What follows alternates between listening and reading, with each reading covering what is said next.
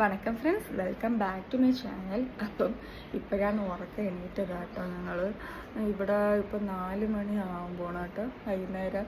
ഇന്നലെ ഒരു ബർത്ത്ഡേ പാർട്ടിയൊക്കെ കഴിഞ്ഞ് ഇന്ന് രാവിലെ 4 മണിക്കാണ് വീടെത്തിയത് തന്നെ കേട്ടോ.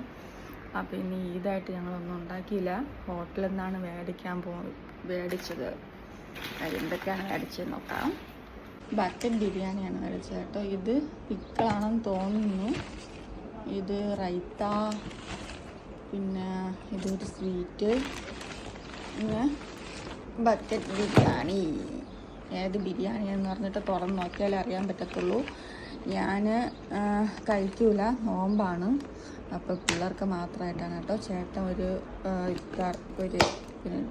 എഗ്ഗൊക്കെ ഉണ്ട് കേട്ടോ.